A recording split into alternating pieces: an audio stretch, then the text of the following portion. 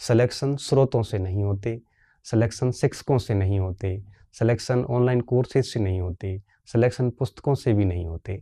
Selection होते हैं पढ़ने वाले के ऊपर निर्भर करता है। ऑनलाइन कोर्स से भी ले सकता है सिलेक्शन, किताबों से भी ले सकता है, शिक्षक से भी ले सकता है, और सिलेक्शन लेने वाला व्यक्ति होना चाहिए। बाकी किताबें मैटर इतना नहीं करती। अब मेरे से पढ़ के कोई पहली रैंक भी ला सकता है, पढ़ के हज़ारों फेल भी होते हैं। तो मैटर क्या करता है? मैटर करता है आपका समर्पण, आप कितने समर्पित होकर मेहनत कर रहे हैं। ये चीज़ सबसे ज़्यादा ज़रूरी है। आपको सफल होना है जीवन के किसी भी मोड़ में, किसी भी क्षेत्र में समर्पित होना पड़ेगा।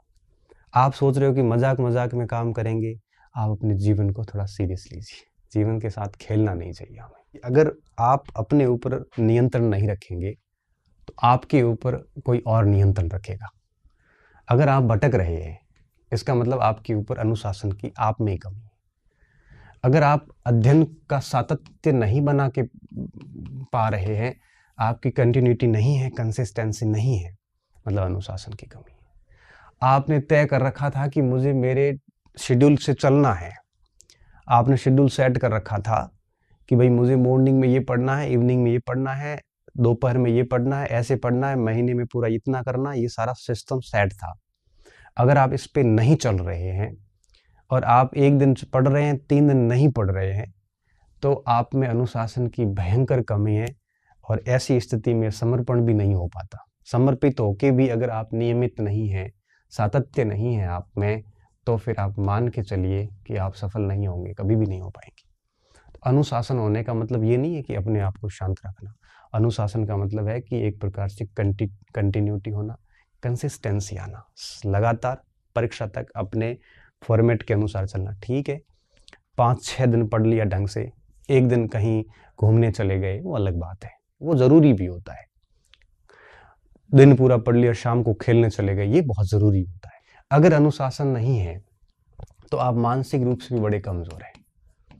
अब मानसिक रूप से कमज़ोर क्यों? क्योंकि आप में कंटिन्यूटी वगैरह है नहीं, आपको कोई भी प्रभावित कर सकता है। क्योंकि जो व्यक्ति अनुशासित नहीं होता है, उस व्यक्ति के अंदर न तो धैर्य आता है, न नियमितता आती है, न आपके वो व्यक्ति कोई ठोस डिसीजन ले पाता है।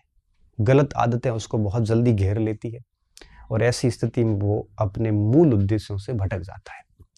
और मूल उद्देश्यों से भटका हुआ व्यक्ति कभी मंजिल पे नहीं पहुंचेगा, और पहुंच भी गया तो वो एक अच्छा प्रशासक या अच्छा शिक्षक नहीं हो सकता। इसलिए मैं बड़ा स्पष्ट तौर पे स्टूडेंट को कहता हूं कि अपने अध्ययन या किसी भी क्षेत्र में अगर आप काम कर रहे हैं, समर्पित होकर करिए, अपना 100% दीजिए। और आप 1-2 साल दे के देखिए, 2 साल छोड़ो, आप 6 महीने दे के देखिए, आपको रिजल्ट मिलेंगे, और शानदार रिजल्ट मिलेंगे। आप अनुशासित होकर देखिए। अनुशासन का मतलब सुबह उठने से लेकर शाम को सोने तक आपका निश्चित टाइम टेबल होना चाहिए, और आप उसके ऊपर अडिग है, बिल्कुल बिल्कुल फॉलो कर रहे हैं उसको।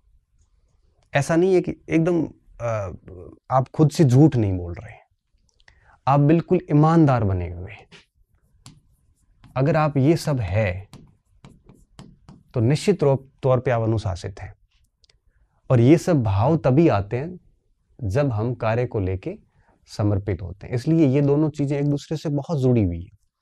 अगर हम किसी चीज को लेके समर्पित होते हैं ना, तो देखो आपकी नियमितता भी होती है, आप सुबह से शाम तक प्रॉपर तरीके से काम करते हैं सारे, और बड़े ईमानदारी से काम करते हैं, क्योंकि आप उसके लिए समर्पित हैं। काम के लिए, किसी के भी लिए, रिश्तों में से लेकर, पढ़ाई से लेके, व्यवसाय से लेके, हर जगह पे अनुशासन बहुत जरूरी है। और ये तभी आता जब हम समर्पित होते हैं।